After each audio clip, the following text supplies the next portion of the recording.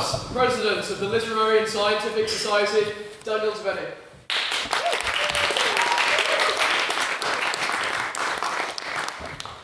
Members of the House, I welcome you to what is the 9th Ordinary Meeting of the 177th Session of the Literary and Scientific Society.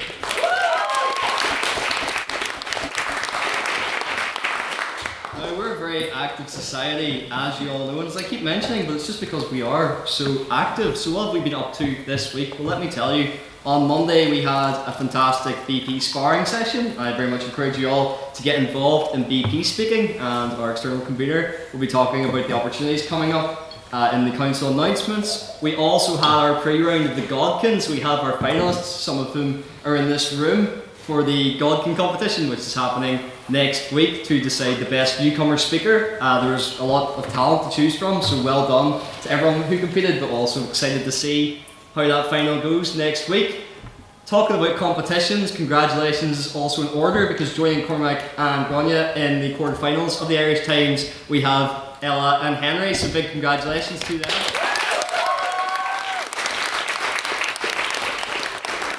And that of course will be taking place at Queen's on the 29th, which will be a very exciting opportunity for us as well. Now, you may notice that we have a few new speakers on this side of the house as well today, because we are very glad to announce that this is a collaboration with the Lore Society. So you're very welcome, members of the Lore Society, and we're excited to see how you get on tonight. And you'll also notice that it's quite wet tonight, so I really appreciate that everyone's been here. Creedence Clearwater Revival said, "Have you ever seen the rain?" I think it's fair to say we definitely did see the rain tonight. So, talking about questions and lore, I now bring it to President's Questions, where you can ask any question you so wish to find out a bit more lore about me. But of course, the caveats still apply. No political questions, nor any questions about my sex life.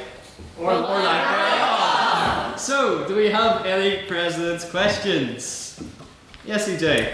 I suppose going off the motion of this evening, Beauty is Pain, how do you respond to the recent rumours that you got a BBL?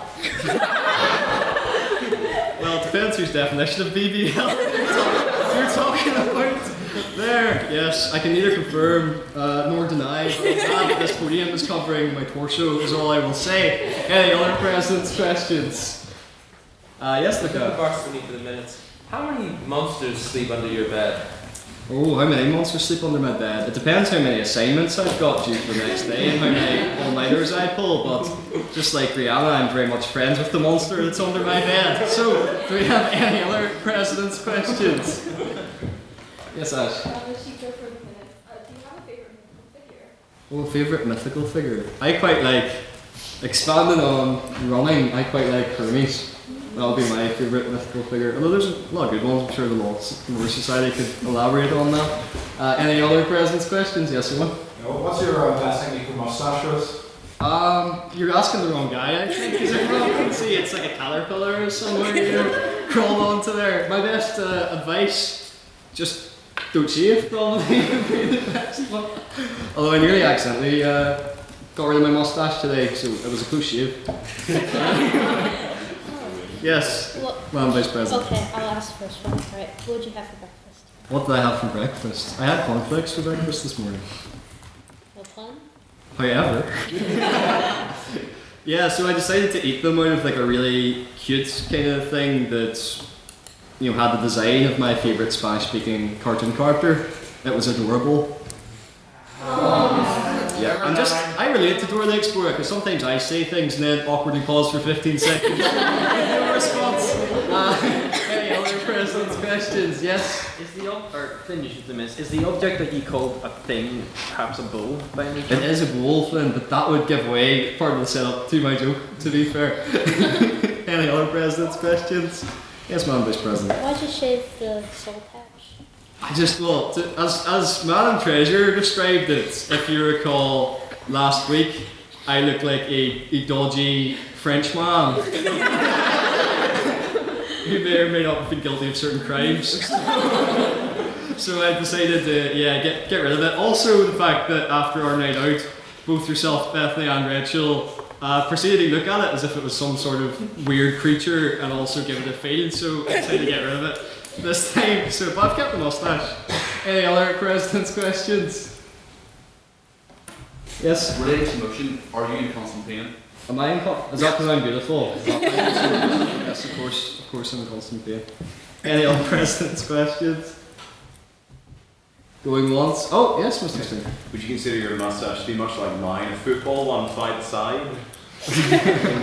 Very good, Jack. Yeah, football references. I think mine's a 7-a-side now after 16 months of growth, but yeah. No, I don't know. I think your mustache is beating me at the moment. Although we don't have Harry Nicol, of course, the pioneer of the mustache to show If side you're stand. standing here, I probably don't look like I have one here. Well, you don't look like you have one. You just look like you have dirt to the top of your head. I've been exposed. Any other president's questions? Yes, Elliot? Do you consider the motion this House to go to Turkey for a facial hair?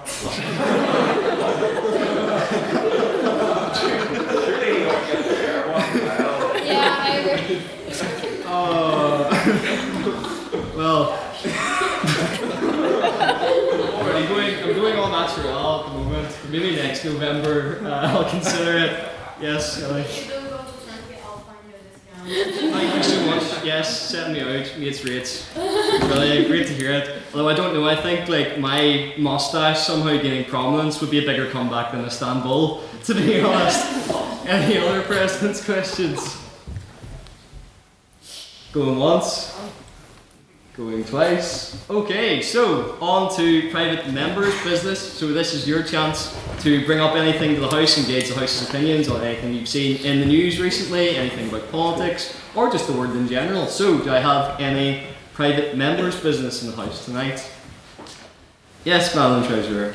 What do we think about the Director General and the other person in the BBC resigning? The other one. That's a good question. Head of News resigning. Yeah, the resignations in the BBC, is that? Yeah.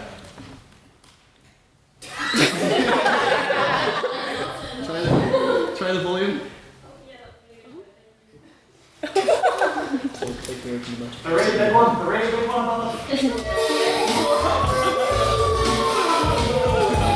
Well, funny that you should mention that bit. Because nobody say anything on this private member's business, I can now announce after that alarm that we have triggered an emergency debate.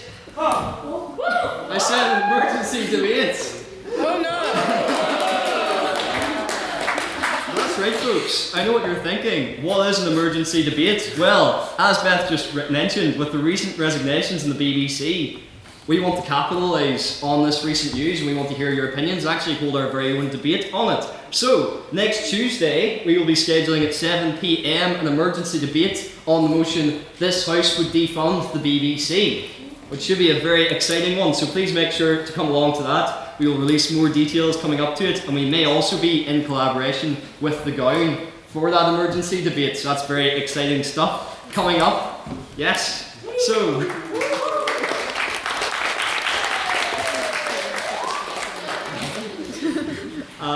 any other private members' business? I thought that second alarm was the police coming to arrest me for claims against facial hair. I thought I must dash. But anyway, do we have any other presents? Does the House have any thoughts on the recent Jeffrey Epstein fine? What did they find? Okay, yep, bring us right back down from the lighthearted emergency debate. I'll be careful. Okay, yeah, okay. I was going to say, well, I think the biggest email that came out of it was, I think the one that said that, the barking dog, Trump, the barking dog, the dog that hasn't barked is Trump. And that's what Epstein sent to his wife via email. So there's not many good translations of that, really. It sounds like he didn't snitch on them. It sounds like he thought Trump could snitch on him. It sounds like there's a reason that the Republicans have dumped 20,000 emails. They're trying to hide something. I don't know how much it is. It doesn't mean Trump's fully implicated, but there's something in this that's still persisting and will eventually come out. Thank you. Yes? Yep. It's somehow got worse. The most recent one says, and I quote Jeffrey Epstein, I am the only one who can take Trump down. Elliot? It's been interesting seeing the American presidency's response to this. I mean, earlier in the year we saw a claim, I think, that Donald Trump was like commissioned by the FBI to be an inside man and decommission, which outside of the Trump context, I think would be a really good plot for a movie. The president goes in to break up a ring of elite pedophiles, but aside from that, I don't think it has any truth or reason to it. Looking forward to see what else the cabinet comes up with to try and explain this away. I think we'll move on from that one to another piece of private members' business, if we have any. Yes, Colin. Oh, thank you, Mr. President. Calvin Black in minutes. I'm stuck behind the speaker. This is very inconvenient. In the traditional spirit of private members' business, which a motion is proposed, some friends of the House are currently going through some periods of bad health. There was a fellow who was meant to be the guest chair of the Culleton in a few weeks. He was the vice president in the 60s. Sadly, he's had to cancel.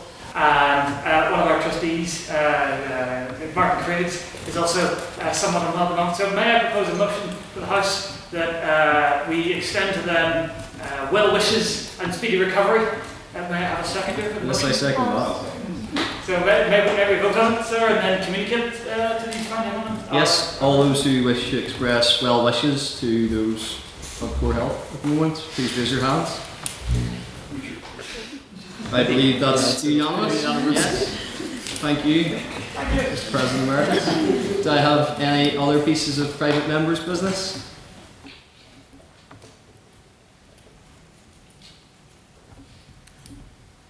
Yes, EJ.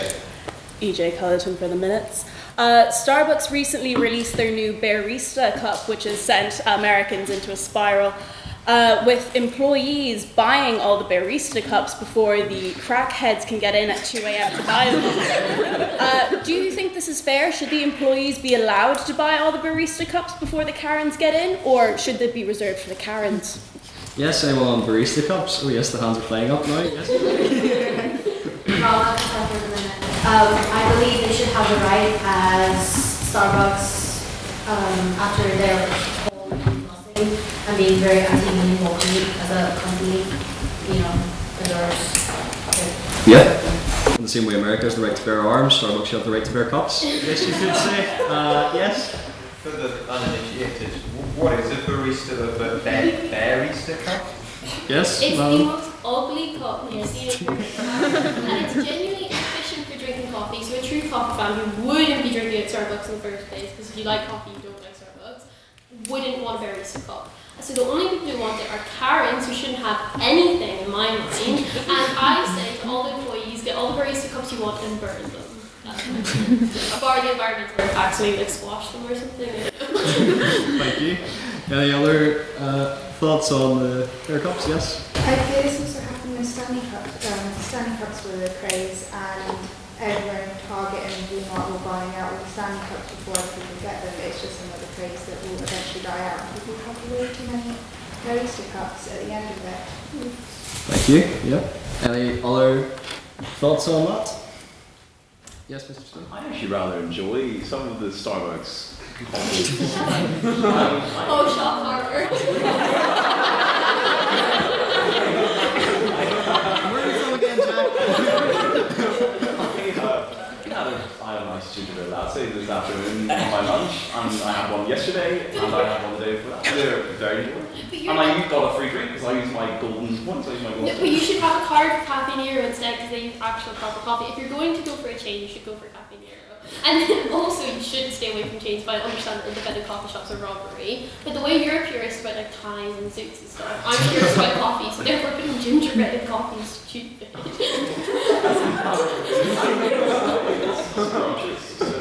you're not drinking coffee, you're drinking sugar. No, it was 100. Okay. 161 calories. It's very low calorie, and I'm a calorie deficit, so it works out very well. This is a great debate, guys. I didn't know you were so impassioned about coffee. Gingerbread coffee? Gingerbread coffee, of course. Yes, you are what you It eat. tastes like Christmas. Yes, Colin? May I propose another vote? This House believes Starbucks doesn't sell proper coffee. Seconded. Yes, okay, seconded. Okay, all those who believe Starbucks Doesn't sell proper coffee, please raise your hands. Is that unanimous too? Anyone in opposition to that? Preferably, sir. I spend a large portion of my income on that place. Preferably, sir. It's my fervent opposition. Would anyone like to abstain on it? Yes, I think that's passed. I think it's fair to say that anyone else on this rather heated coffee debate or any other private members' business? Yes, Mr. Hoy? I prefer iced coffee. Oh. That's a valid opinion. You just don't put gingerbread in it. Any other points? Hands back up. Yes, Mr. Can I just inquire with Alex? Do you like matcha? No. Okay, never mind. He was profiling me as like a Wokarati. He was like, but you're a matcha My biggest vice, my biggest flaw is that I sometimes keenly enjoy and brown sugar, iced shake and espresso. I mean, it's one of my deepest flaws. That's hard to get a coffee from Starbucks. That is an okay coffee. But the gingerbread latte is great. It's a treat. It tastes like Christmas. Okay. Now that we've opened the door to matcha, anyone else on that, or is it? Yes. The minutes, though I am against Starbucks on principle as a life chain and as Starbucks, I think there's nothing wrong with a bit of experimental coffee or putting some gingerbread in some coffee that makes a delicious drink. Thank you. Yeah, do we have like flavor as well? Yeah. What a thing for this. I don't like coffee. Oh, you don't like coffee? I don't like coffee. Yeah, we'll go to the back there. There's nothing wrong with having a delicious drink, but doesn't mean it's coffee. Yes, I don't like those, please. Yeah, it says coffee on the menu. I'm saying man. I just. Oh dear, this is hilarious. Yeah, we'll go to the beer back. How much should we add into it until it stops being called coffee and starts being called something else? Yeah. Thesis is coffee. The ship of Theseus has came back. It's taken a while for it to come back. It's came back in the form of Starbucks coffee, which was unexpected. Yeah, Riley, we'll go to you. I would like to say matcha is better than coffee. We'll go Elliot. I had matcha for the first time recently. It tastes like the fish. Is it supposed to taste like that? Or is that Trade off. Oh, There is one in city centre and Yeah, we've now became like a coffee like advice group instead. This is brilliant. I think we'll take the three hands that are up and then we'll go to something else. Yes, Rosa. Listen, the people who say that gingerbread coffee isn't coffee are the same people who say white chocolate isn't chocolate. I believe it's still chocolate in spirit. Still contains Yeah, then we'll go forward. What is matcha? I'll allow someone to explain and then we'll go to Dan for the last one. Yeah. so matcha is basically the green tea leaves, right? You roast them and then you grind them into really fine powder and then you add water and you whisk it and it becomes frosty. Like that's the matcha. That's the base. So it's green tea? Yes. Wait, yeah, so is it classed as tea? Is it matcha tea? Okay, right. Okay. Also, people consume it and they'll say that becoming matcha latte. But sometimes people just take a shot of espresso in it. You can't have very much. I'm just going to put this on as Thank you. And then we'll go to one last point. Dan, you have a point? Yeah. Can we have some love for hot chocolate?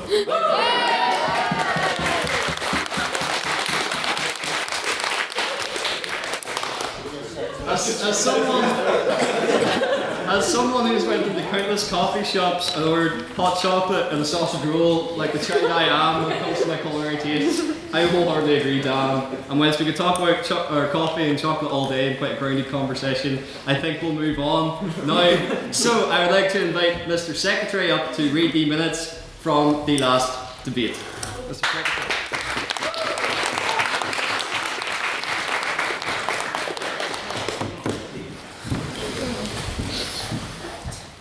Thank you, Mr. President. On November the 6th, the Queen's University Belfast Literary and Scientific Society convened for the 5th ordinary meeting of the 177th session to debate the motion, "This House would love thy neighbour." President's questions we heard from Flynn Nugent, who asked what did you have for breakfast. Daniel replied, "Being a child that I am, I ate alphabetic spaghetti from my high chair."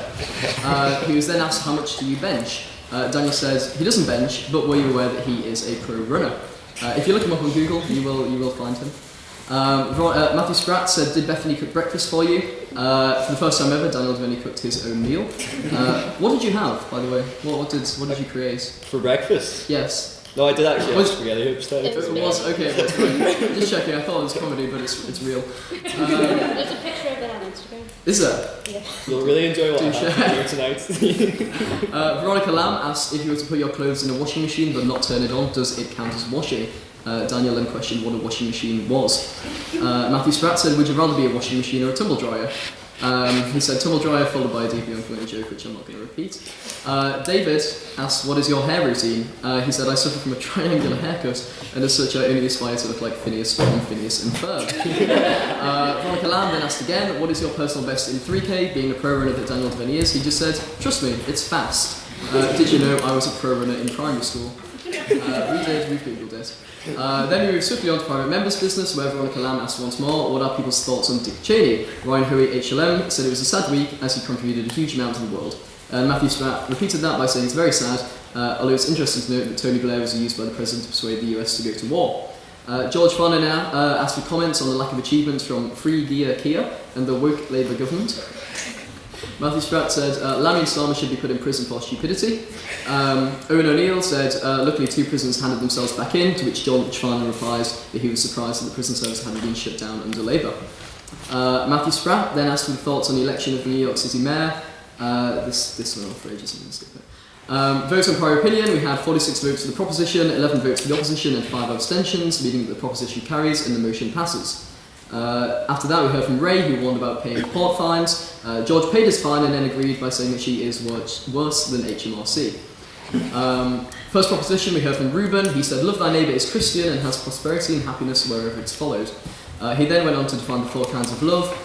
Something is familiar love, philia is love between friends, eros is romantic love, and agape is selfless love. Once again failed to get his speech without a mention of Nazis. Reuben was asked how the morals of Christianity can be applied when they donated to Nazi Germany. Reuben responded by saying that Nazism was essentially neo-paganism and that you cannot believe in both Jesus Christ and Adolf Hitler at the same time. One of my former housemates, Taylor Smith, would disagree with that. Love, he said, is the basis of all charities, and a charitable world is needed more in everyday life. If we don't combat this good with... he said, if we don't combat good with evil, the world around us will turn to hell. Next we heard from the first opposition, which was Tom. He prefaced to the wokerati in the room and Beth Lynham that supporting this motion was counterproductive. He then slandered Team Christianity and asked the people of the House to take the religion out of this religious motion. What do I owe you? Tom asked. The answer was probably going to be a bottle of port from Ray if he keeps going the way that he was going. He did keep going the way he was going. Matthew Spratt then intervened to question the wisdom in decontextualising a motion which is inherently religious. Tom replied that he would like us to use our minds and come to our own decision without the guiding hand of God. Continuing with the final literature history of metaphors and Fleetwood Mac appreciation, Tom asks us to imagine a chain. The chain, if you will. Love is like a heavy iron chain, he said, 1 million links long, made of individual people and being carried up a mountain. Most people would find that impossible, he said, but I would note that it is not impossible for Daniel Devaney, as we discovered last week. He runs if you didn't know. And you need not add to the chain as it may make it heavier. The rest of the speech carried on much the same, and there's far too many metaphors for me to keep going on with, though it was very compelling. There was just too much for me to write down. Second proposition we heard from Chloe, who said, Daniel Devaney does not love his neighbour. In reality, loving your neighbour is about recognising the worth of your fellow humans and not actually about loving them. Our fellow humans need to be loved, she said. We don't have to approve of their actions, but it is important for them to be loved. Jesus lived by the statement, love thy neighbour, and it was unconditional, and we should do the same.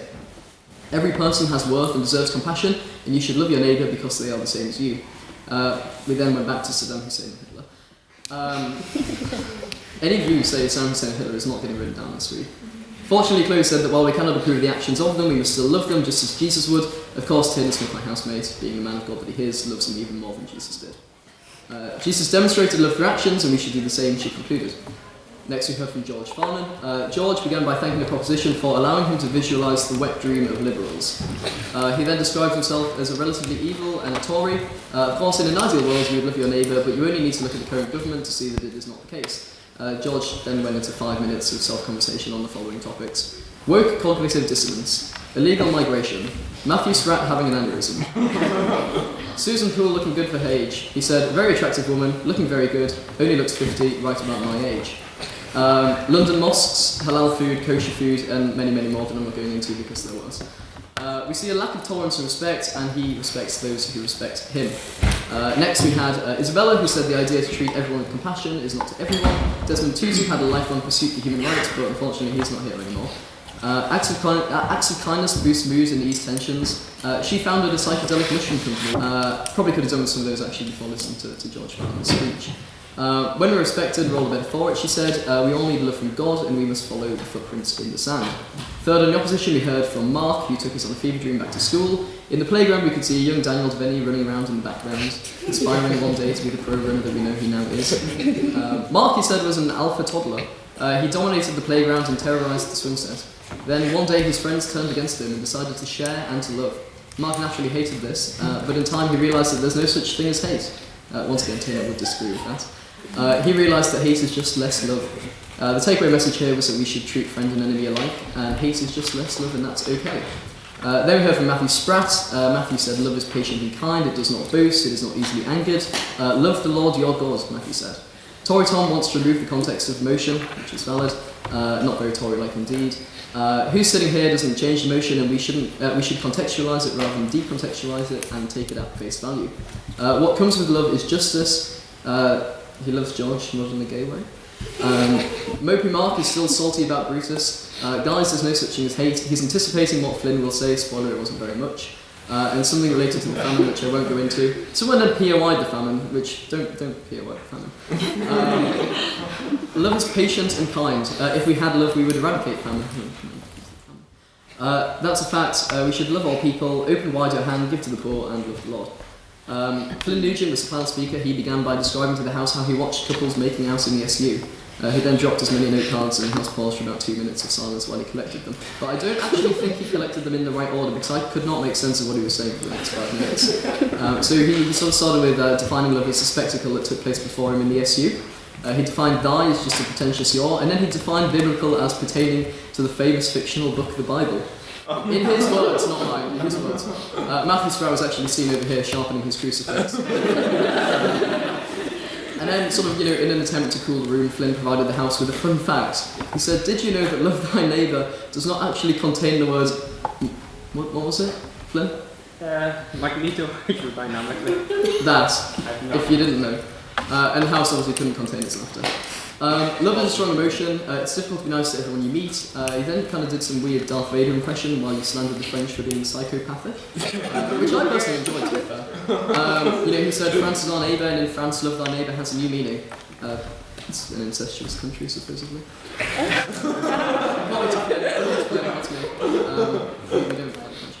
Tolerate their neighbour, he proposed instead. If not, that made sense, because it didn't make sense to me either. I made the best of it that I could. Finally, we had a vote on speakerability, with 31 votes for the proposition, 17 votes for the opposition, and 7 abstentions. The proposition carries and the motion passes. Finally, we heard from Daniel, who wanted us to sign up to the Christmas dinner, which I believe the venue is now set. That's right. So we'll probably be hearing on at the end of the debate. Can I take the minutes as read? Aye. Aye.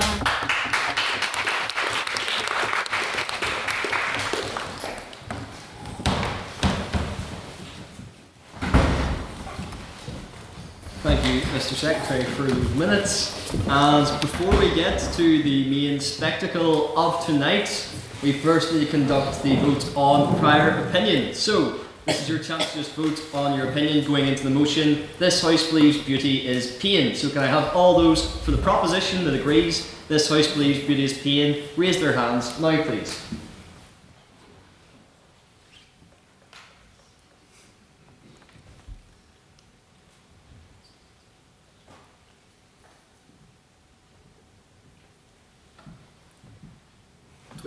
Yep. And can I have all those who would like to oppose that do not believe that beauty is pain to raise their hands now, please?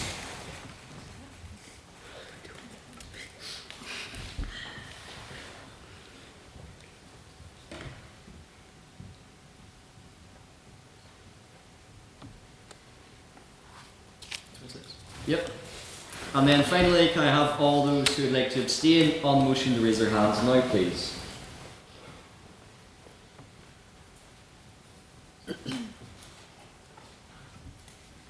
Yep. Mr. Secretary, can I have the results from the vote of prior opinion, please? Yes, very close. With 27 votes for the proposition, 26 votes for the opposition, and 12 abstentions, the proposition carries and the motion passes.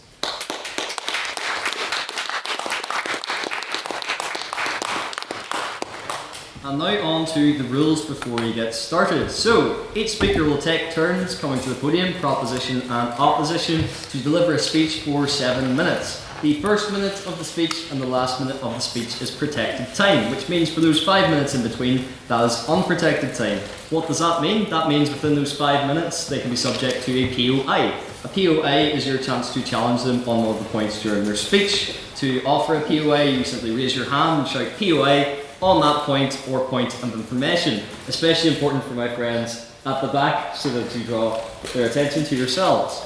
It is then to the speaker's discretion whether they accept your POI or decline your POI. Keep your POI short, no more than 15 seconds. Don't worry, if you go over, I'll remind you with my trusty gavel. And also, do not barrack. That is where you must give 15 seconds after a POI has been accepted or declined before you offer another POI again. I will remind you with my gavel. Now, also, since we have the Lore Society tonight, this is the start of an initiative that we have been running this year called the Grand Campus Tourney.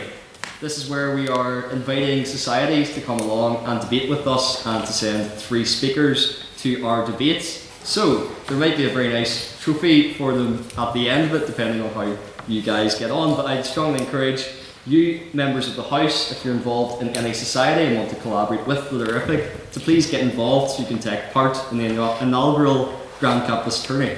So best of luck to our Lore Society speakers and of course to all of our speakers on the debate. So without further ado, but very quickly first, Madam Vice President, would you like to explain the port rule? Yes. So if you curse or make me unhappy in any way, you owe a bottle of port. I've gotten a couple text messages today about, oh, can I say this word? Oh, can I say this word from a certain person? Where I offer some alternatives. But, anyways, if you say it, I don't really care. But you owe the house bottle of port anyways.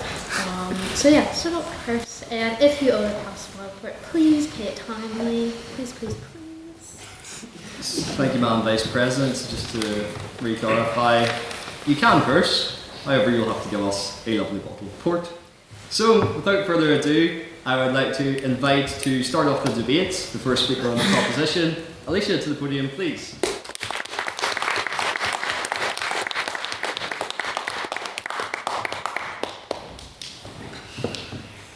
Members of this House, tonight I stand before you on behalf of QUB Lore Society to affirm the motion that beauty is pain. We gather here not merely to discuss aesthetics, but to confront an uncomfortable truth that lies beneath filtered selfies, Met Gala red carpets, and the billion-pound machinery of the beauty industry. According to the Oxford English Dictionary, beauty is defined as the quality of giving pleasure to the senses or the mind. Yet the relentless pursuit of this pleasure, the constant striving to attain society's ever-shifting standards of beauty, is far from harmless. It is in truth a painful, often excruciating journey with devastating physical, psychological and moral consequences. When we think of beauty as pain, the physical dimension is the most immediate and obvious. Across the world, countless individuals, predominantly women, undergo painful and dangerous procedures in their pursuit of an idealised appearance. For women, beauty is not merely an aspiration, it's an expectation. Society inundates them with impossible standards, flawless skin, hourglass figures, and eternal youth. To meet these ideals, women endure waxing, Botox injections, cosmetic surgeries, and extreme dieting. These acts are not an expression of self-care, they are acts of survival in a world that equates worth with appearance. Take, for example, the facelift, a procedure that physically tightens the skin and underlying facial muscles to achieve a more youthful look. Those who undergo it often face weeks of bruising, swelling and pain. Yet even this pales in comparison to the Brazilian butt lift, the deadliest cosmetic procedure in the world, with an estimated 1 in every 3,000 patients dying from complications. Survivors must spend weeks unable to sit or lie down properly. Similarly, the abdominoplasty, or tummy tuck, involves cutting open the abdomen from hip to hip, removing fat and stitching the skin back together. Recovery requires wearing a restrictive corset and enduring extensive bruising and swelling. Corsetry itself dates back to Minoan civilizations, but it was during the Victorian era that it became most extreme. Women laced their corsets so tightly that many suffered deformed rib cages, misaligned spines, and respiratory problems, all in the name of achieving a so-called ideal figure. The pain, however, is not only physical, it is deeply psychological. From ancient Egypt, where primitive plastic surgeries were documented as early as 1600 BC, to today's social media era, the pursuit of beauty has exacted a mental toll. Women suffer from body dysmorphia, eating disorders, and chronic low self-esteem. Studies consistently show... On that point, does beauty not also have the capacity to give someone a mental boost as well, such as providing confidence in one's looks? To a certain degree, but I think the mental disorders far outweigh the others. On that point, studies consistently show that exposure to unrealistic beauty standards fuel anxiety, depression, and a pervasive sense of inadequacy. History offers haunting examples. Diane de Poitiers, the famed mistress of King Henry II of France, was celebrated for her ageless beauty. Yet, when her remains were examined in 2008, scientists discovered evidence of gold poisoning. She consumed gold elixirs mixed with mercury, which is believed to preserve youth, but slowly destroyed her body. Centuries later, gold-infused skincare is still offered, and it remains a luxury commodity, proving that even today, beauty products can still be lethal. And let us not forget, this is not solely a women's issue. Men too are victims of the modern beauty machine. They are told that to be desirable, they must be tall, muscular, and perfectly groomed. To achieve these unrealistic ideals, men often turn to extreme exercise regimes, restrictive diets, and steroids. Consider the tragic case of American bodybuilder Rick Piana, who died at just 46 years old after years and years of steroid abuse. His death exposes the brutal truth hidden behind phrases like pain is just weakness leaving the body. This mantra glorifies suffering and dismisses vulnerability, fostering shame and silence among men who feel they can never measure up. The result of this is a growing epidemic of male body dysmorphia and a mental health crisis, all while the global fitness industry profits to the tune of £311 billion. Beyond individual suffering lies a darker moral cost. The beauty, fitness, and cosmetic industries thrive on our insecurities. They sell dissatisfaction as aspiration, turning human pain into profit. Many cosmetic products contain harmful chemicals linked to cancer and hormonal disruption, a grim end of history. In the 18th century, the Countess of Coventry famously used ceruse, a lead-based white pigment, to perfect her complexion. It poisoned her, killing her at the age of just 27, in an effort to be the perfect woman. Even today, the exploitation continues. Workers in cosmetic supply chains, often women of colour, labour in unsafe conditions for minimal pay. Animal testing persists despite cruelty-free alternatives. How many members of this house would be happy with your pet, your family pet at home, being tested for the sake of somebody halfway across the world getting a slightly better beauty product? Child labour remains hidden within global supply chains. Historically, beauty corporations have exploited vulnerable groups, such as the unethical testing of retinoids on black prisoners in the United States. And the environmental toll is staggering. Plastic-heavy packaging, carbon-intensive shipping, and the depletion of natural resources all contribute to ecological harm. This is not merely unethical, it is morally indefensible. The very systems that promise beauty are built upon exploitation, inequality, and suffering. In conclusion, members of this House, the pursuit of beauty is not a harmless indulgence. It is a painful, punishing, and morally fraught endeavour, one that exacts a toll on our bodies, minds, and collective conscience. If beauty truly gives pleasure to the senses, why does it cause so much pain to attain? Tonight, I urge you to look beyond the gloss, the filters, and the facades, and to recognise that beauty is indeed pain. Thank you.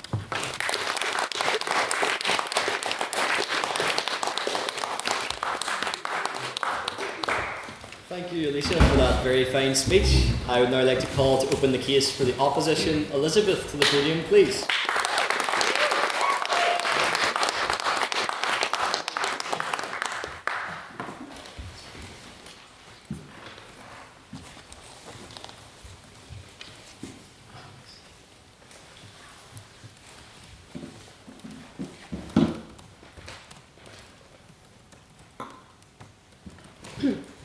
Pain, a physical or corporeal suffering, strongly unpleasant or agonizing sensation in the body, such as arises from illness, injury, harmful physical contact, or beauty.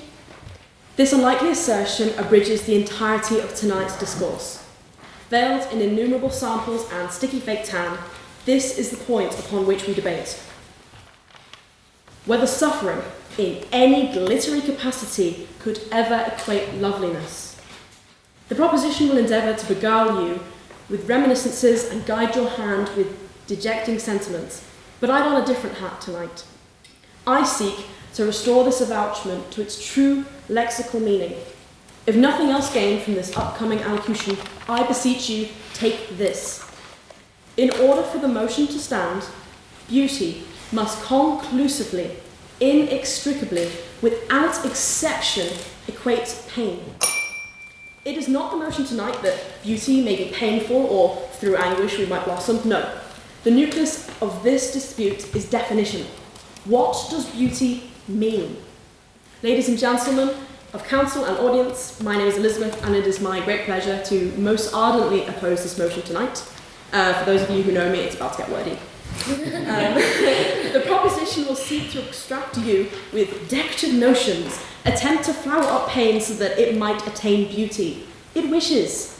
And while I shall revisit aesthetic practices and fetch women at a later interval, allow me to remind you what pain truly is. Waxing. Thousands of follicles sharply avulsed from their holding. Stabbing, petrifying licks of heat engulfing the puncture. The afflictions within. Grief, loss, torment. While inextensive, this list demonstrates pain's infinite scope. Pain is foul and unrighteous, cast from paradise of eternal life across all sacred texts. Why then is it suggested we traipse this fiendish path to reach comeliness? Why must I suffer to be beautiful? The vinculum between aches and elegance is far less sensible than the proposition might imply. The National Library of Medicine documents a 2018 study where all involved patients claim that beneath the eminence of pain, they consistently perceived as less physically attractive. With my own research, I conclude pain is an unwavering, insurmountable villain in the everyday lives of those who suffer chronic pain, including my own mother, who laughed heartily upon hearing this motion. The very utterance was ludicrous to her, that this pernicious opponent might earn a rank seemingly unattainable to her. For when in Dola, she does not feel beautiful, not carefree and whimsical, frolicking diaphanously through meadows with Idris Elba. Rather, she feels unlovely, and it is deeply dispiriting to hearken. Such is the chicanery of pain. I, therefore, refuse to relent. Through this path of distress, I will not wander. I will be beautiful without its torment. Indeed, other combatants against chronic pain reported to me that they felt most beautiful when liberated from the shackles of pain. Regardless of attire, of foundation or rouge, when unfettered, they feel beautiful. It is indisputable and divulged by my teammates that female cosmetics closely entwine with suffering. Plucked and starved, women have endured objectionable processes for all of living memory. Favourably, it is not my duty to disparage nor refute the elegance of these women. I witness their iridescence daily. Seldom am I unwowed by bounteous lashes and defiant elevations, but this exquisiteness can be attributed to the owner alone. The face onto which the product is coalesced. The grin behind the straight white teeth. I have done much to illustrate pain thus far, reflected it as vile and disobliging. I ask now, is this what we praise? When you admire the visage of a loved one, do you applaud the harm suffered, or is it simply them, just as they are? Pulchritude can indeed be found in suffering, take Van Gogh, take Radiohead. But do not for a moment conflate the tribulation of these artists with their splendour. Beauty does not equal pain, it defies it. Grows through stubborn concrete as its greatest rival. To equate the two is to greatly undersell beauty. When beauty epilogues hurt, pain has lost. For beauty is brave. Beauty is noble. My introduction was a paraphrase, purloined from the Oxford Dictionary and adapted to suit the whims of the proposition, and to exhibit the senselessness of the insinuation that the natural architect of beauty is pain, when in fact, beauty is the antithesis of pain. This debate falls not upon the sword of filler needles or gross fake tannets, but on definition, the meaning of beauty. An answer I cannot provide. For your beauty and mine misaligns.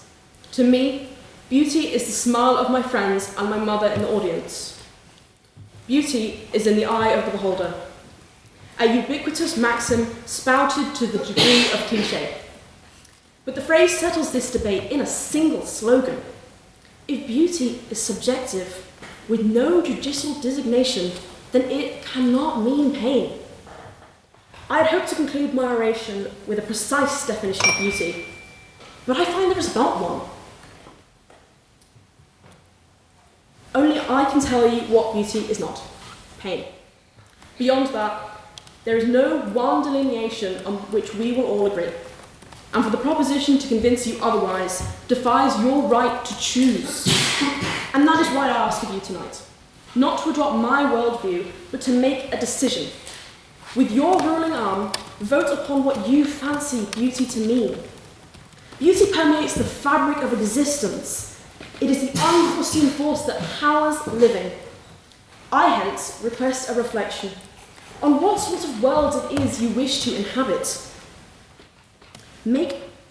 Is it a world where only beauty is found in misery?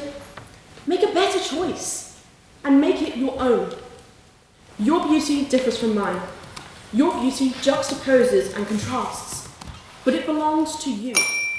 In their misapprehension, the proposition seems to revoke your agency. They would take that from you. Do not let them. Thank you.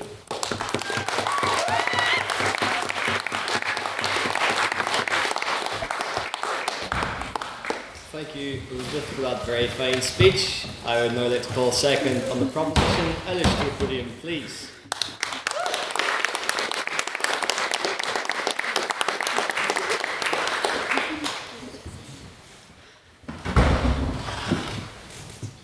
Members of the House, I am thrilled to be here today representing the QUB Lore Society on this week's motion, Beauty is Pain. The phrase beauty is pain, while having a long history, can be seen to have gained popularity in France in the 1800s, being used to justify the suffering women endured, and if we're being honest, still do, to meet the beauty standards of the time. In this context, it is conveying that to be beautiful you must endure physical discomfort or suffering to achieve the societal beauty standard. This is its most common interpretation and can be encapsulated in a variety of topics such as plastic surgery, extreme dieting, and the beauty industry, which have and will be discussed by my fellow members of the proposition. I am going to take a different approach and expand upon this meaning. I want to discuss how beauty is pain can also be extended to the suffering caused to those deemed to be blessed, or as I will later allude to, cursed with beauty. As I am here representing the Lore Society, it is only right that I support this points from mythology. Helen of Greek mythological variety is the first example that fits into this category. A brief recap. For anyone familiar, Helen's kidnapping by Paris is what kick-started the Trojan War, led to the death of Achilles and many others, and gave us the iconic Trojan horse. This all took place because Helen was beautiful. Beautiful enough for her face to have launched 1,000 ships and incite a 10-year war. While all this is quite complimentary and I have to say impressive, it was not an ideal situation for Helen, who had to be kidnapped for all this to occur.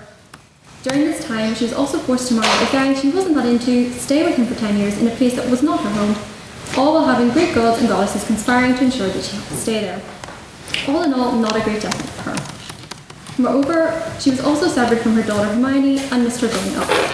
While this would be enough for one person to go through, this was not Helen's first kidnapping experience. As a child, she had been abducted by a hero if we can really call a guy who kidnapped children that, Theseus.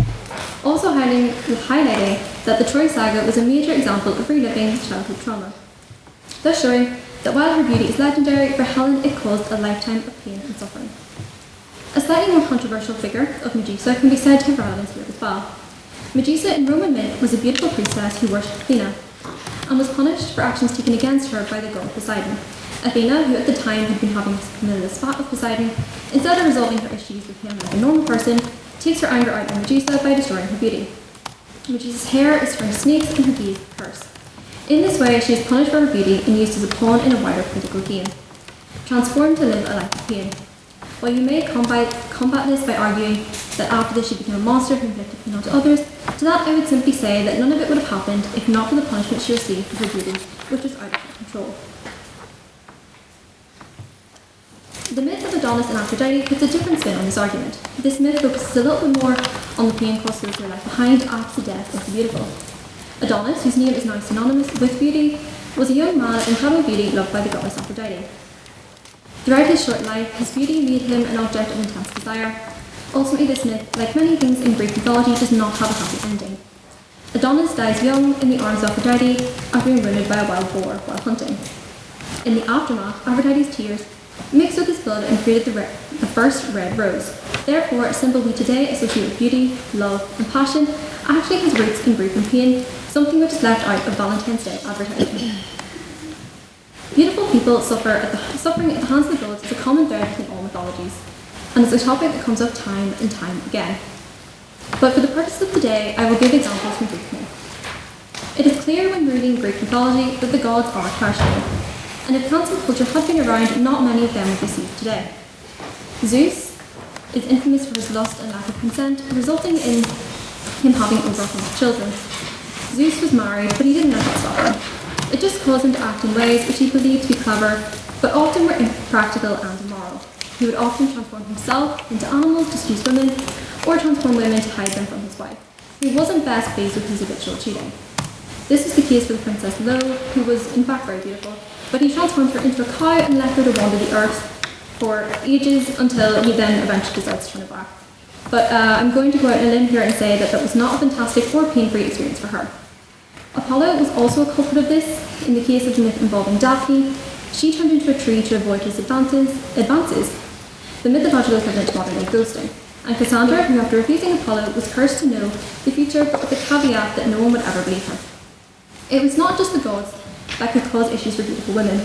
The goddess Aphrodite plays a major role in the trials and suffering of this beautiful Psyche, as her beauty was taking attention away from her.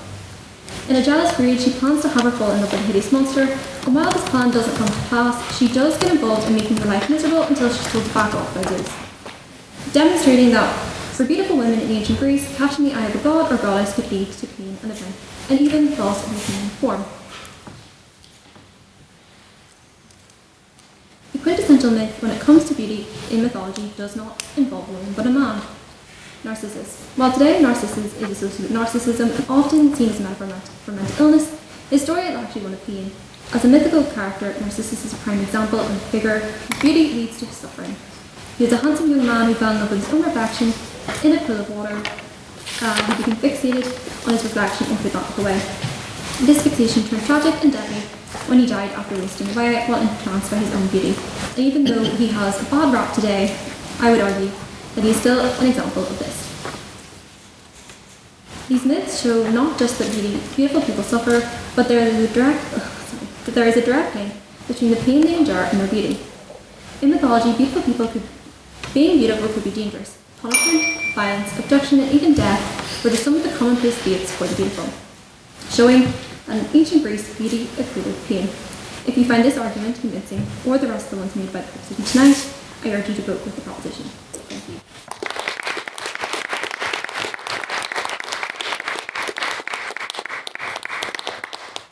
Thank you, Eilish, for that very fine speech. I would now like to invite second on the opposition, Florence, to the podium, please.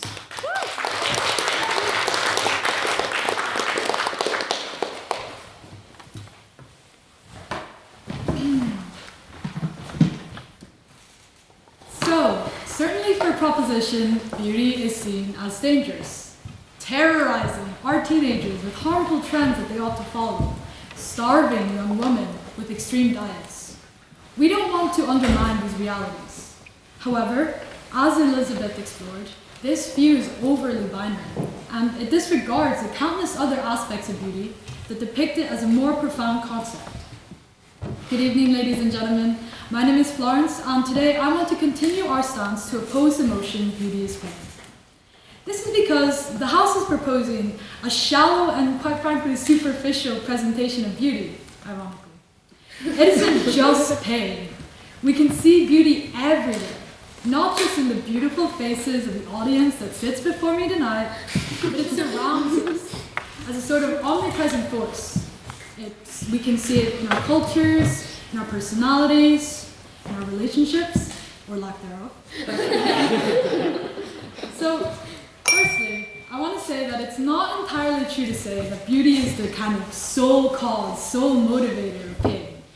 I would argue instead that it's accurate to say that it's insecurity, which can take place and materialize in many different ways.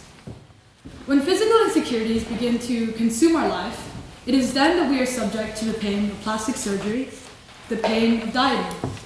However, to blame it on beauty and say that beauty is causing this pain and not insecurity would be wrong.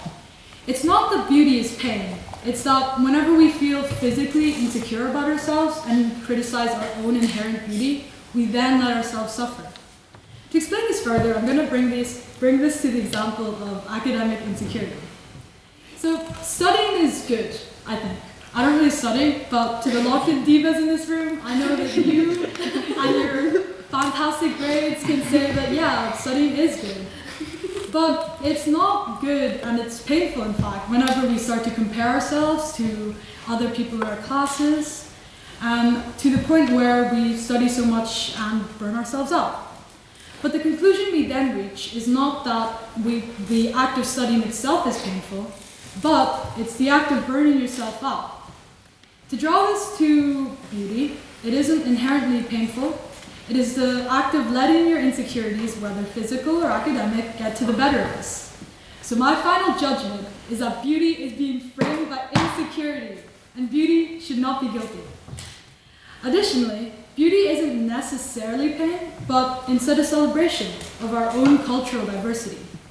Across the world, there are so many practices intended to celebrate beauty, not necessarily cause discomfort. For example, henna is a significant practice in countries like India, Sri Lanka, Bangladesh. This is a non-painful way of expressing oneself, indeed an instrument to present beauty in a different way. The intricate designs reflect pure artistry in a way that isn't harmful. For instance, in Mali, a prominent motif in their henna style are triangles. While this may seem basic, they actually represent fish scales, being a sign of good fortune and abundance. As the triangles grow larger and larger, they symbolize the hope of catching a bigger fish each time, depicting prosperity and growth through beauty. For the Mali population, the practice of henna reflects using beauty to express their hopes for the future. Not only that, but henna is also an integral part of important life events, like weddings. I like Morocco's interpretation of it. There's a saying that the darker the stain of the henna, the deeper the love in the relationship. It represents a celebration of staying with one person for the rest of your life. It represents a rich culture and tradition passed through different generations. So why should we then reduce beauty to that which is painful?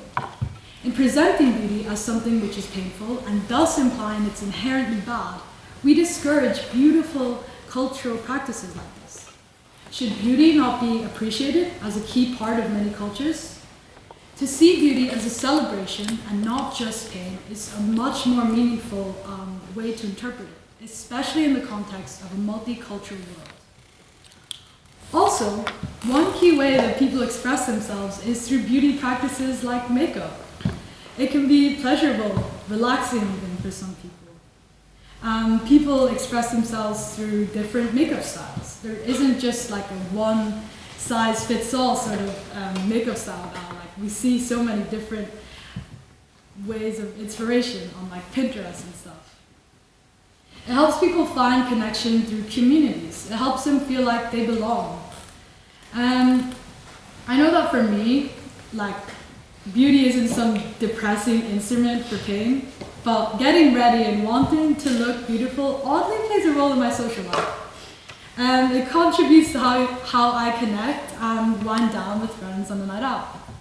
This may seem insignificant and a bit superficial, but like, hear me out, right? You put on some white girl bangers.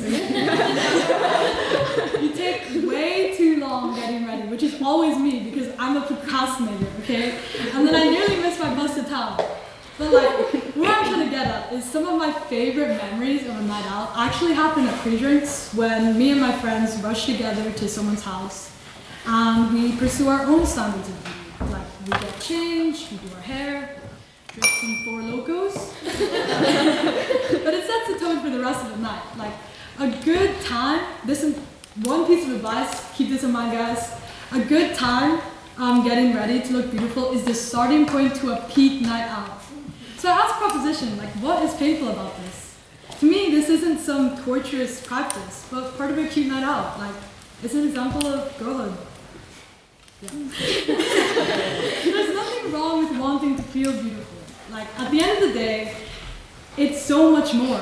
We can set the standards of our own beauty. Like, it can be cultural, it can be social. It contributes to our self-esteem. It builds us up and makes us feel confident in ourselves.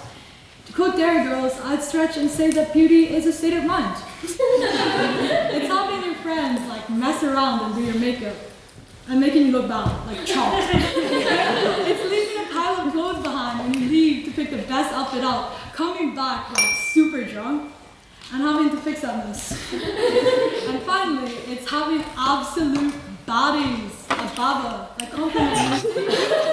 That makes my week. Thank you.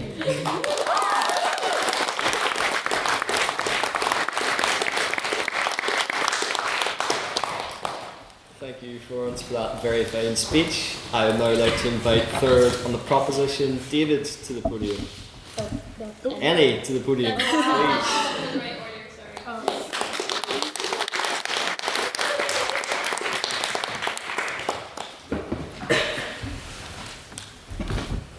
After his starring in the movie adaptation of the novella Death in Venice, 15-year-old Bjorn Anderson was propelled into stardom, with him being described as the most beautiful boy in the world.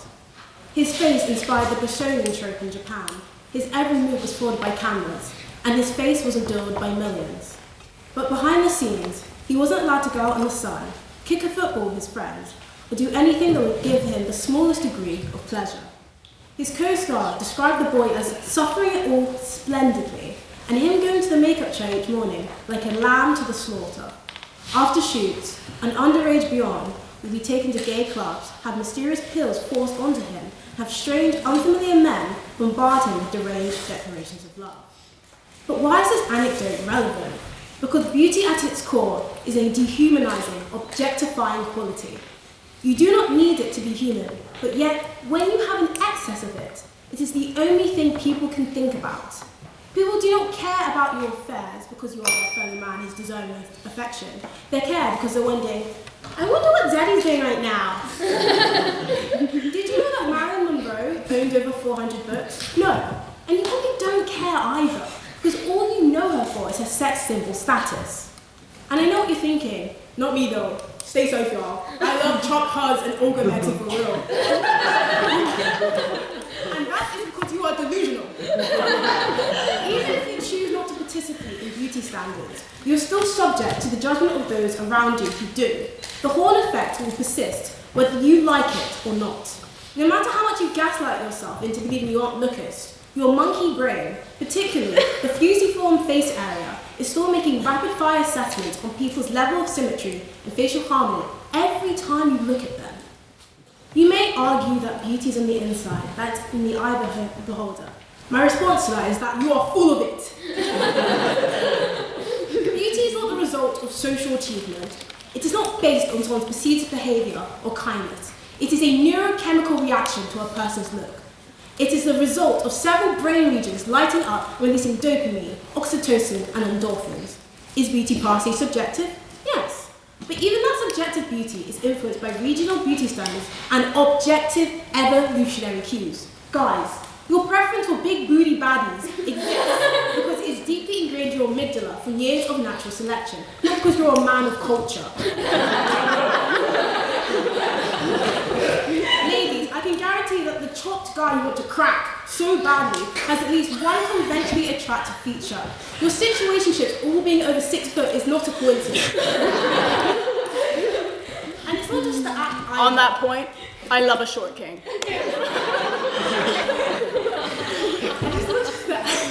The pursuit of beauty is painful too. By the end of the year, the global beauty industry will be worth an estimated 516 billion Great British pounds. That includes procedures where doctors shave down your cheekbones. You can look as chronologically ambiguous as possible. Vampire facials that extract your blood and re-inject it back into your skin. And makeup containing mica mined by tiny little Indian hands. For the price of one child labourer developing pneumoconiosis, you could shine bright like a diamond. It's by design, not chance, that beauty standards have already changed by the time you've conformed to them. 79% of teenagers valuing their appearance is biological, but 52% of teenagers not being happy with their looks is pathological. POI? No, thank you. Do you feel ugly for no reason in particular? Check your screen time. Meta has admitted to promoting more weight loss ads to girls who spent more time lingering on body-checking reels versus those who do not. Every time you comment, "Why not me?" on someone's post, I believe they jump with joy. It is harder and more painful than ever to be considered beautiful in this modern age of social media, filters, affordable makeup, cosmetic procedures, fast fashion, and above all, BBLs. We are experiencing beauty inflation and oversaturation of proportions never seen before.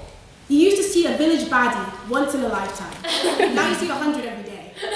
We live in an era where people could look at Grace Kelly and go, mid, because they have already seen 200 iterations of her on their screen. Beauty has not become any less agonizing, and yet it has become 1,000 times more banal.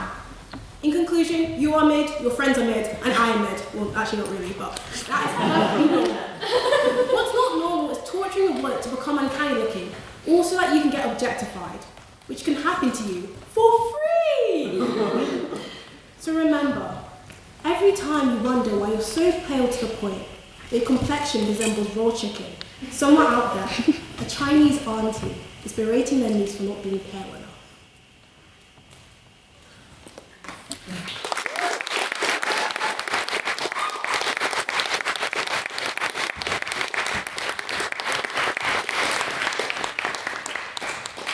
Thank you, Annie, for that very fine speech. I would now like to call third on the opposition, Anya, to the podium, please.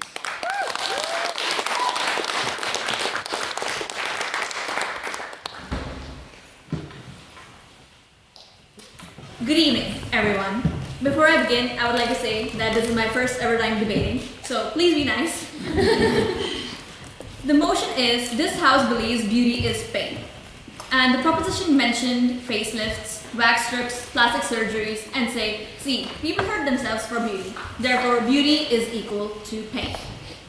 I stand for the opposition, and I say, no, beauty is not, by definition, pain. Pain in this context is the product of pressure, control, and fear. Beauty itself is subjective. First, what is beauty? As already mentioned by a member of the proposition, the Oxford Dictionary states, beauty is a combination of qualities that pleases the aesthetic senses or the mind. The key words being pleasure and mind, meaning beauty depends on what we find appealing. And since what pleases our mind keeps changing, so does beauty. Beauty in itself isn't fixed, it's dynamic in nature. And again, beauty is subjective. Therefore, I would like to say there was a time when people were obsessed with thin eyebrows, and now it's thick. A few years ago, having super straight hair was beautiful. Now everyone wants curls and whips. Fair skin was used to be idolized, and now people spend money and their time tanning. Even in our fashion statements, corsets to oversized hoodies, skinny jeans to baggy pants. That's exactly why beauty can't be defined by pain, because what counts as beauty today might be completely different tomorrow. and saying that pain is this one constant thing throughout the centuries is a bold statement. Yes, corsets were painful, but did we really wear that from our own free will? Did we even want to wear it at the time?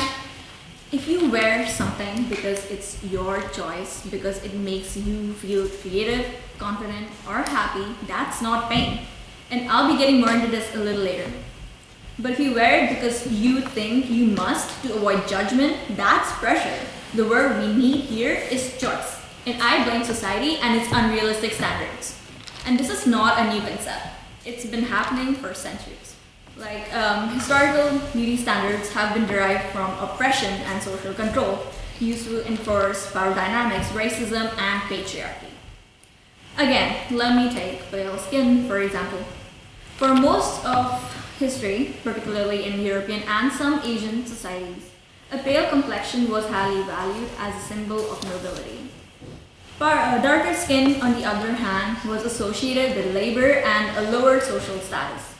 This led to people using dangerous skin whitening cosmetics and creams which had lead and mercury in it.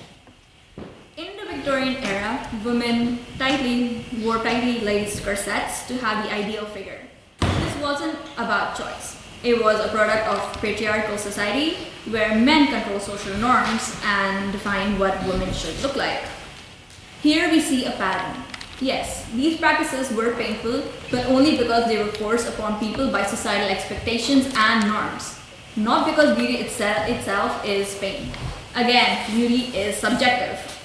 So, for a more current example, when we're expected to get good grades and are constantly being compared to classmates, me being compared to my cousins who are doing medicine and engineering, or prodigies in the news, we don't feel like studying. Does that automatically make studying pain? No. If we study from our own free will without having to worry about what others expect of us, then it actually becomes enjoyable. It's the same with beauty. If society's expectations, the competitiveness, and the constant comparison stop, there would be no pain in beauty.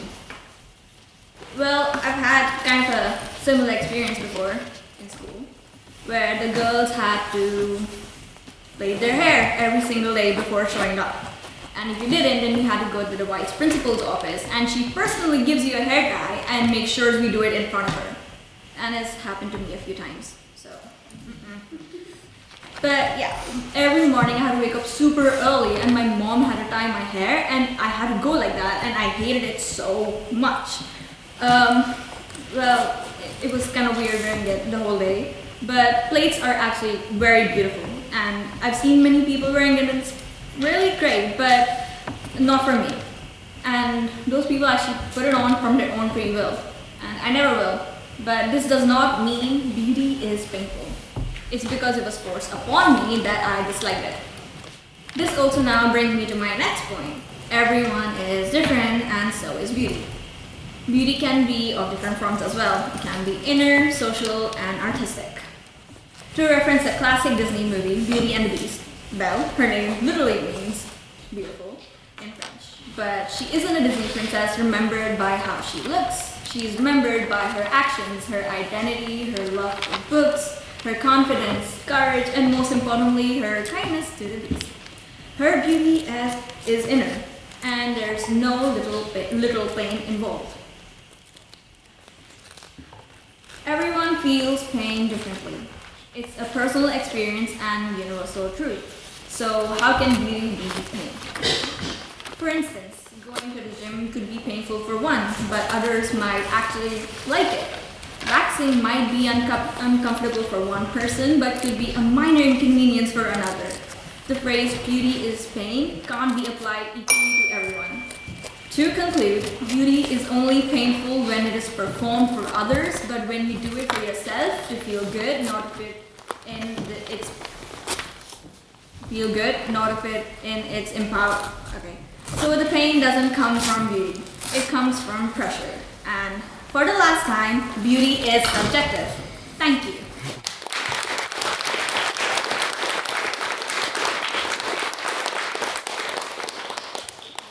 Thank you, Anya, for that very fine speech. I would now like to call to close for the proposition David to the podium, please.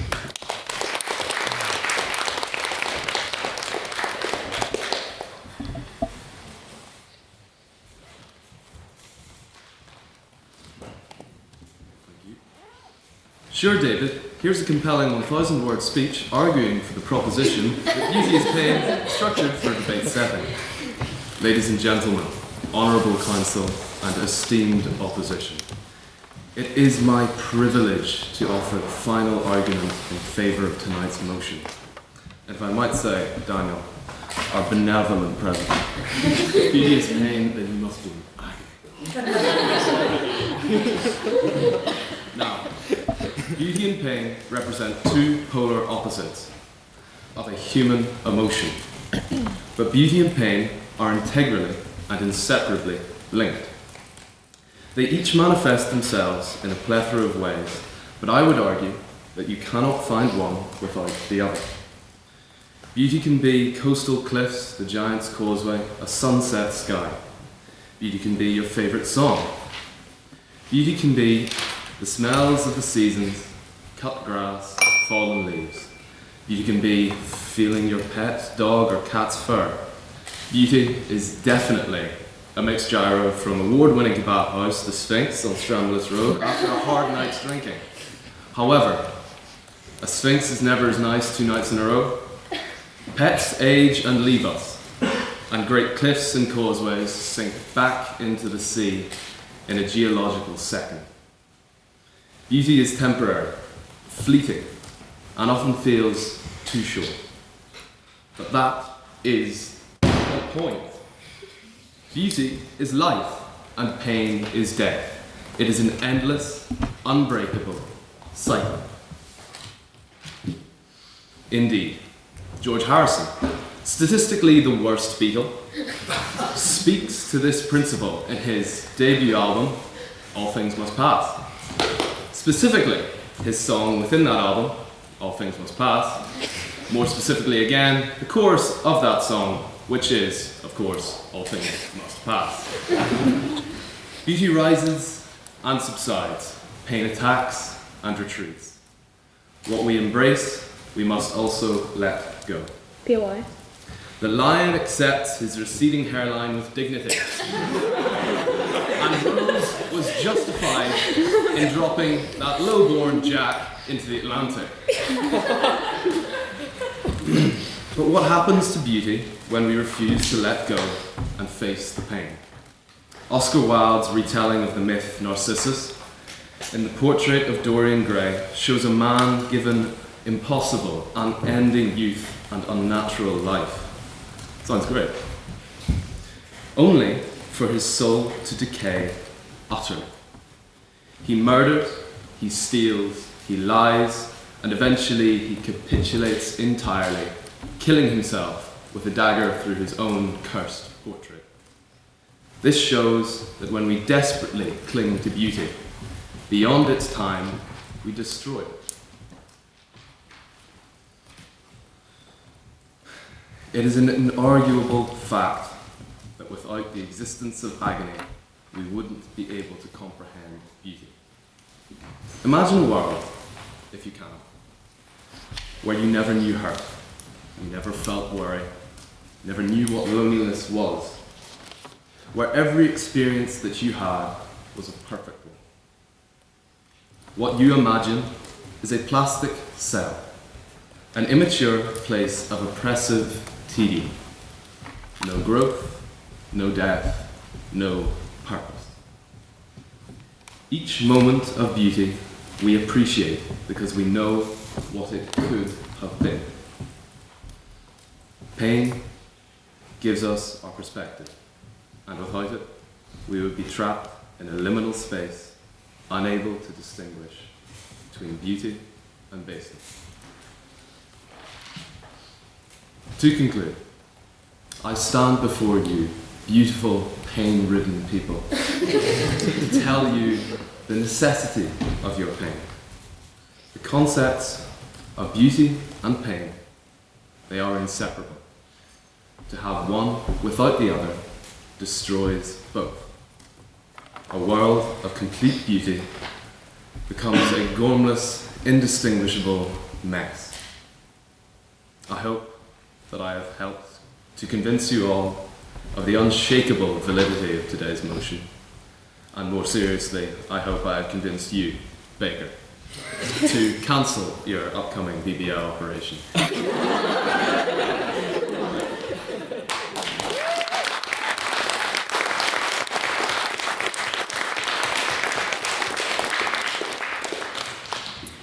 Thank you, David, for that very fine speech. And now to close for the opposition and to close the debate, I'd like to invite AJ up to the podium, please.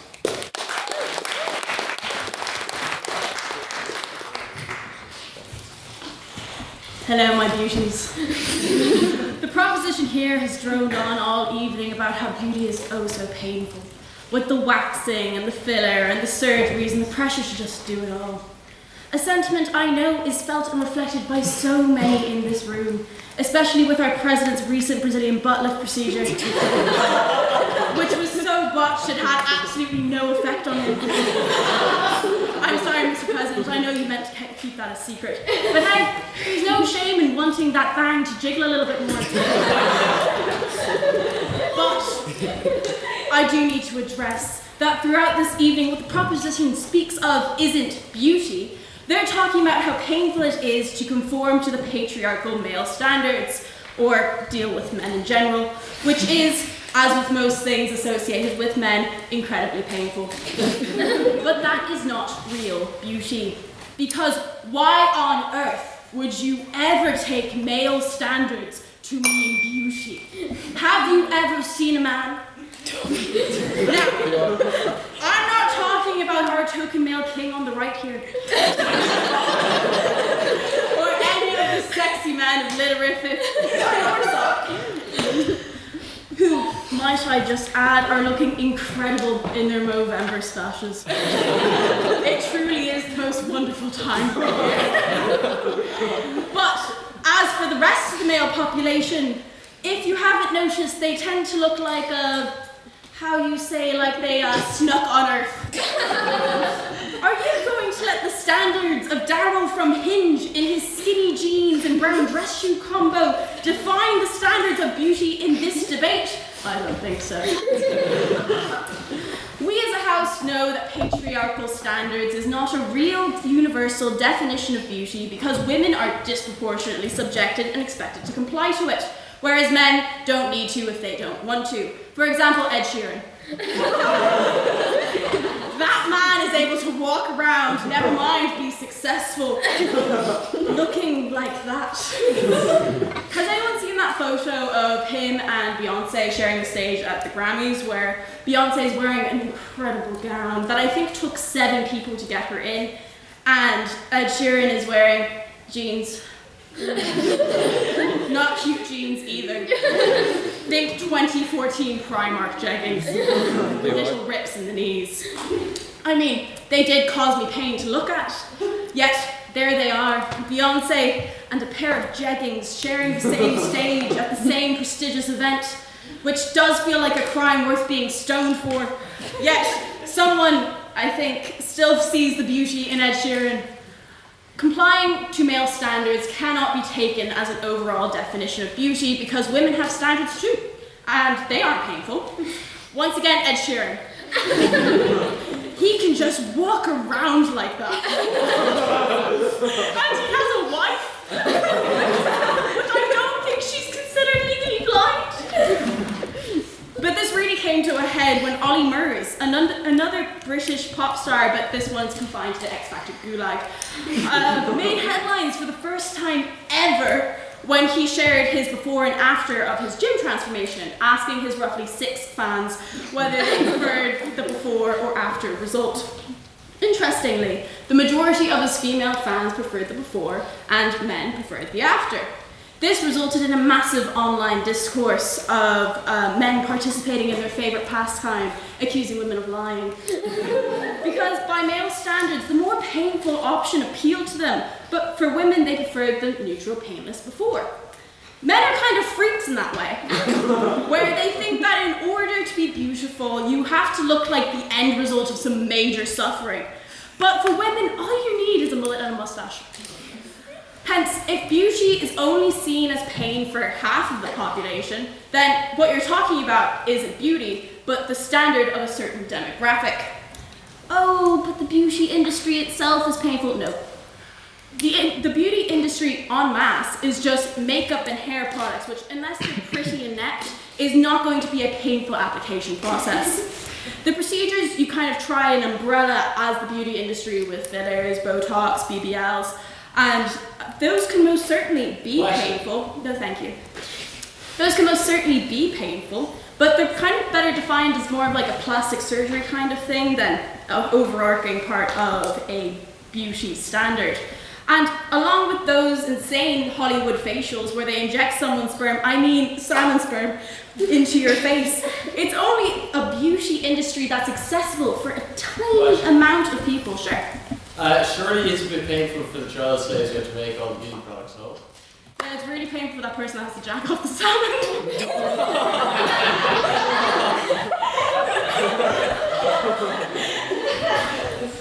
Once again, only accessible for a tiny.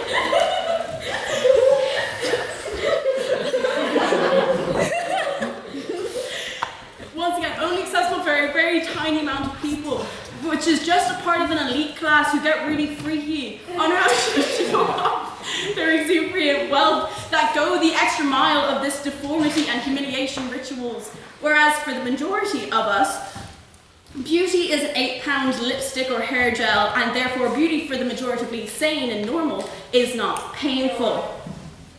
No, thank you. Now, I do have a question for the proposition. Is anyone in mythology actually happy? I mean, those examples were just harrowing, and it did prove your point really well. Good thing they're not real. Now, I know what you're thinking. Okay, EJ, we get it. You hate men, and unless they have a mustache, they're not allowed an opinion. Bang on. But what then is beauty, and why isn't that inherently painful? Well, in the end, beauty is what happens with a life well lived.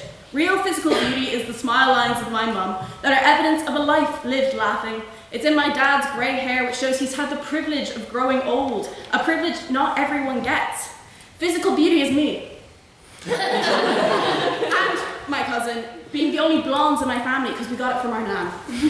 Or how my sister and dad have so many freckles, they have kind of this pointillism tan going on.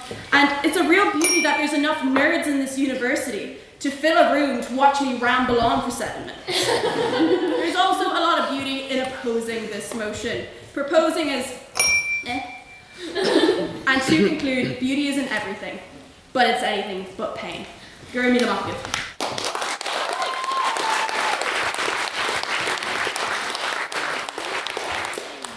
Thank you, Jay, for that very fine speech.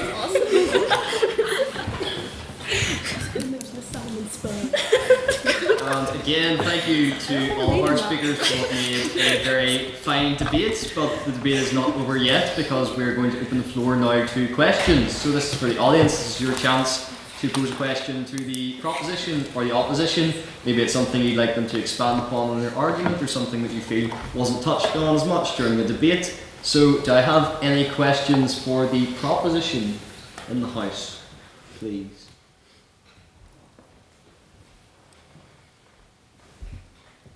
Yes, Elliot.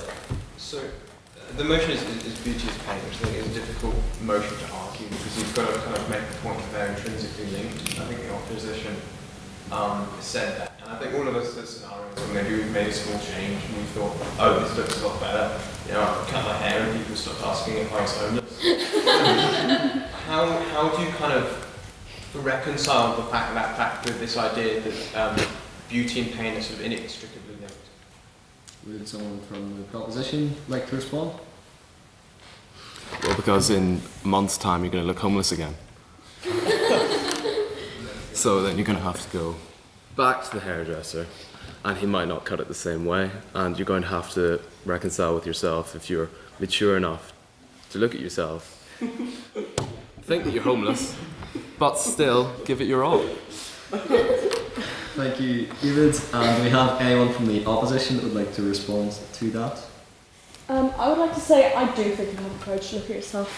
But also, it's a very good point. There's a lot of links between beauty and pain, but links aren't definition.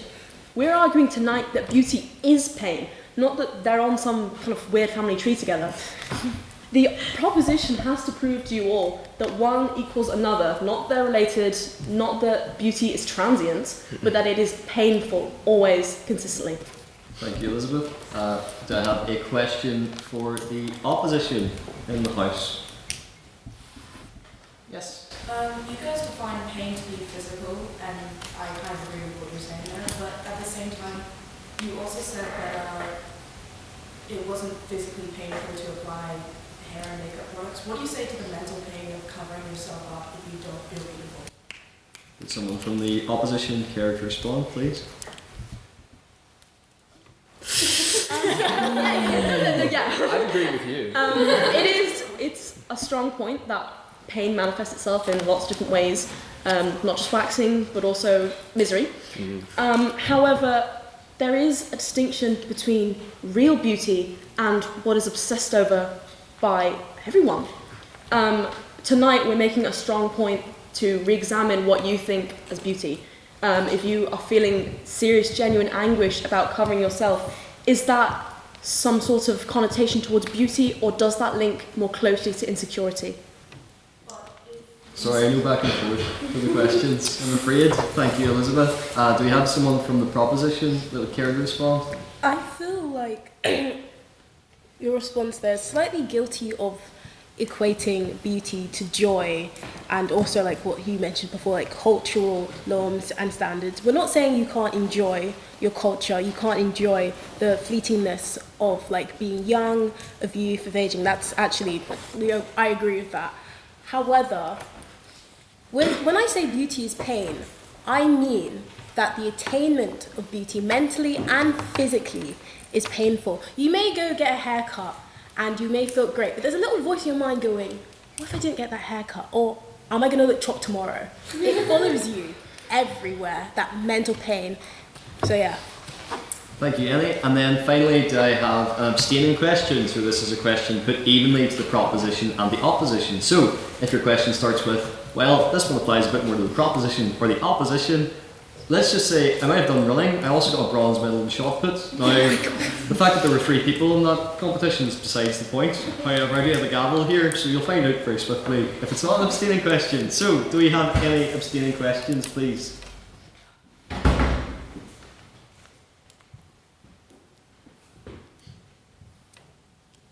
Would anyone like to hazard an abstaining question? Yes. This is not very different, but a lot, both sides talked about the cosmetic surgery, and cosmetic surgery to me is completely painful. Like, it is just like, I've never, actually, considering all the cosmetic surgery I've had, I'm not. You guys can't tell, obviously. But to me that is inherently painful. Like, any surgery I've ever got, or anybody I know they've got is painful. But yeah, people talk about the greater joy and how it makes them look afterwards, that overrides the pain. So in terms of it being used on both sides of the argument, what's your opinion on it? We'll go to the proposition first. To go to the point where you need permanent surgery, which is the most effective way of pursuing beauty, you'd have to be in some kind of mental anguish in the first place. I do not think it is possible for you to go, I completely love every aspect of myself, and then you go and get a hammer to the face. I don't think those are two compatible concepts. So yes, true, people feel better after the surgery, but one, you had the insecurity that was associated with beauty leading up to the surgery in the first place, the pursuit of beauty being painful, the aftercare, the recovery, and also if the surgery goes wrong. And then afterwards, that person is still slightly insecure though, because you were insecure enough in the first place to get surgery. Thank you, Annie. Would someone from the opposition like to respond? Yeah, Well, I don't think we can necessarily stop people from getting these surgeries. I think that would be quite authoritarian. But also, I think there's never been a safer time to get these surgeries. I mean, if you look way back when, cosmetic surgeries were probably more of a death wish than anything, and actually to risk surgery would probably be suicide in itself. But with the modern advancements of medicine and everything, morphine exists. If you get a surgery, there's plenty of painkillers and opiates to go around. So will you be getting Sorry, one? Sorry, no response. Thank you, EJ. So now it comes to our vote on speaker ability. So just to remind everyone in the house, this is not which side you personally agree with most. This is the side you thought spoke best on the metrics of presentation, rhetoric, argument, teamwork, and engagement. So, can I have a show of hands for all those who would like to vote for the proposition on the vote on speaker ability?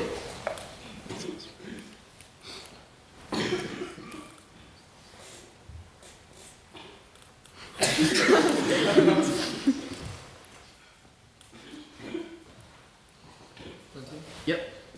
And can I have all those who'd like to vote for the opposition on the vote on speaker ability, please raise their hands now.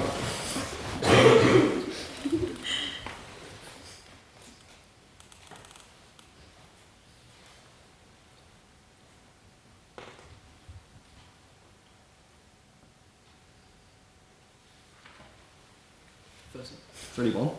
We'll go with it. And can I have all those who'd like to abstain on the vote of speaker ability to raise their hands now, please?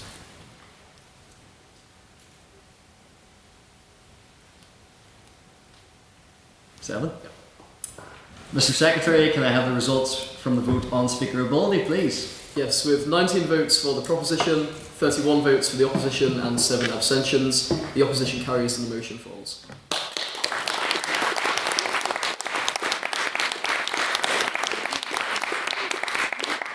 Congratulations to all speakers, but I'd also like to highlight a few things for the composition of tonight's debate.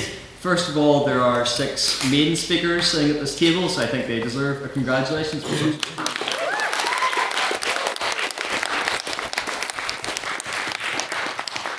Secondly, I would like to give up once again for the Lore Society for taking part in tonight's debate.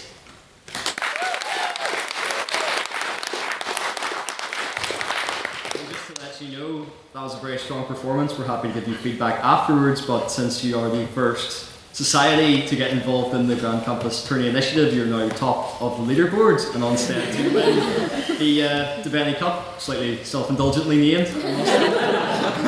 But yes, congratulations. And that goes to everyone as well as an open invitation. So if you're involved in a society and you want to get your society involved in debate, as the Lore Society have so magnificently done tonight, please just come to myself or a member of council where we can get a collaboration going. We just require 3 speakers from your society, and you can even choose the motion yourself for the second semester, or you can choose one of the motions on our term card if you'd like to debate. So please get involved, because I know a lot of people in this room are involved in all different sorts of societies, and we love to bring them to Glitterific, the grandfather of societies at Queen's University Belfast. I'd also like to draw attention to the term cards that we have on the table here. If you want to learn more about the exciting socials, events and debates that we've got coming up, please feel free to take them like David has just done as an example. We also have a QR code on the screen there which you can scan for the same, and that segues me very nicely to our council announcements of all the really exciting things that we've got in store for the rest of the first semester. So, do I have any council announcements in the house tonight? Yes, Madam Internal? I will be really quick because I can see people unpacking your bags and I feel like a lecturer in a lecture hall. So basically, everyone's amazing. We had 6 maidens. Also, cool announcement, we've had 36 maidens already this year, which is kind of class. And everyone always does amazing. Sign up. The form is in that QR code. You should be signing up for debates. If you come to debates, you should be speaking at debates. Don't be P-U-S-S-Y. I don't get followed.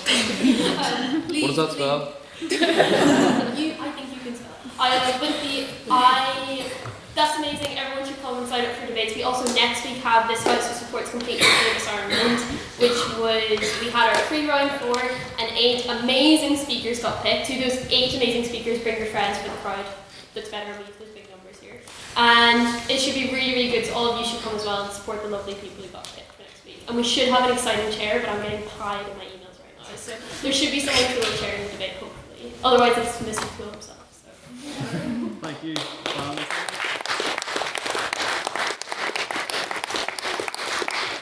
I wholeheartedly second that. The talent in the room last night was amazing, so please join us in the Senate room for our exciting final. Mr. External?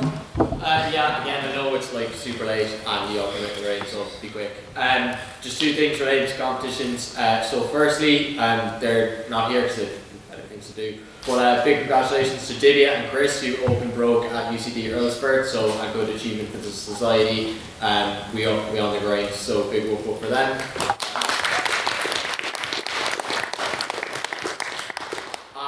And secondly, we are going to the Irish Novice Debating Championships. So this is a competition for anyone who's been doing competitive debating for less than a year. Spoiler alert, it's everyone because Queen's hasn't done competitive debating, so everyone is eligible. So we currently have about 4 speaker spots remaining for that and 3 judging slots remaining for that. So I know there's a lot of ideas that's already happened and people wanting to go but things falling through and stuff like that. So please text me if you are interested. That's Sunday, the 30th of November. Please let me know as soon as possible. And yeah, all fees paid and stuff like that, courtesy of the society and that. So please let me know if you're interested, and well done to everyone tonight. You were fantastic. I second that, and it's worth noting as well, the humble Henry is not mentioning that he himself broke as a judge for the final, which is one of the greatest honours you can have as a judge in one of these competitions, so well done.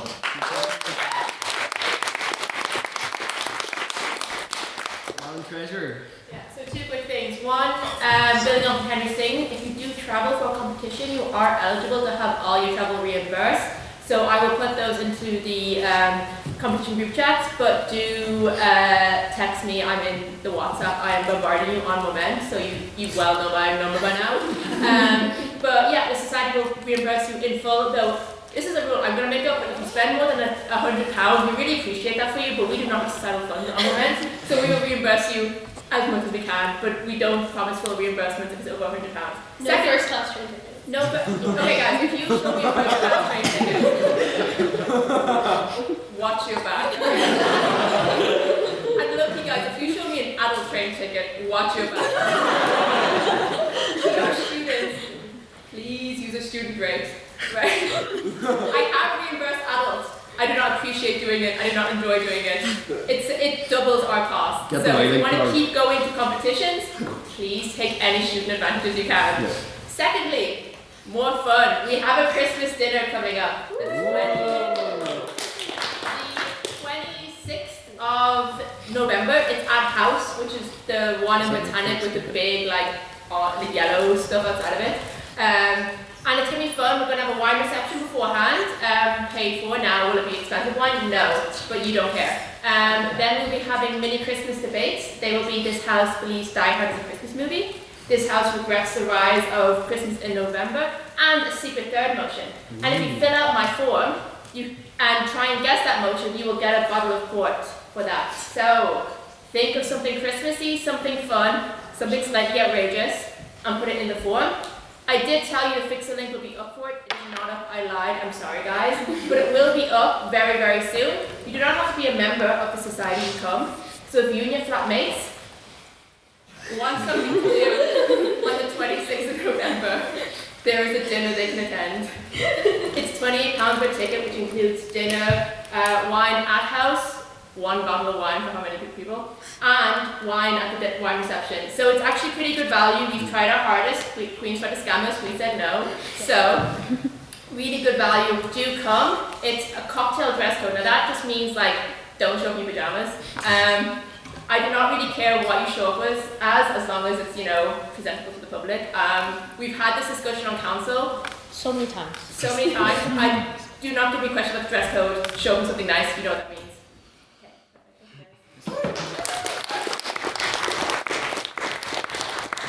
I second that. That's set to be a very exciting, festive Christmas dinner, so please step into Christmas with us on the 26th of November. And finally, I know Mr. Events is currently watching The Boys in Green at the moment, but he would want me to tell you that on the 25th of November, so that's a very action-packed week, we have a lit talk with Archbishops McDowell and Martin, so that's definitely something worth coming to. It's at Union Theological College, so that will make for a really interesting, great lit talk, so please make sure to bring your friends and get excited for that and for that week of the horrific events and social festivities. So without further ado, Mr. where are we heading? How was attached to it? We're heading to Lavery's actually this time. So really big surprise there. Also, I just wanted to give advance news, whilst I don't have a date in the week commencing the 1st of December, we will be engaging in 12 pubs of Christmas, yes, or at least attempting to do so. So yes, wear your festive jumpers, that you bring the best Christmas dinner and or whatever, your festive hats and your baubles and George Michael and all the things that remind us of Christmas. And yeah, so we'll confirm date for that, but please be around in that week. I actually will be there, but everyone else has to be there. It's actually.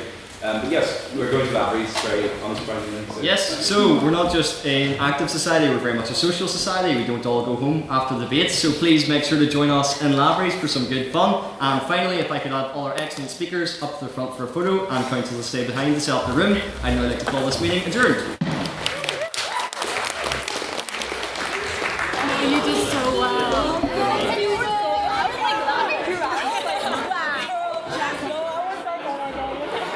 They have to have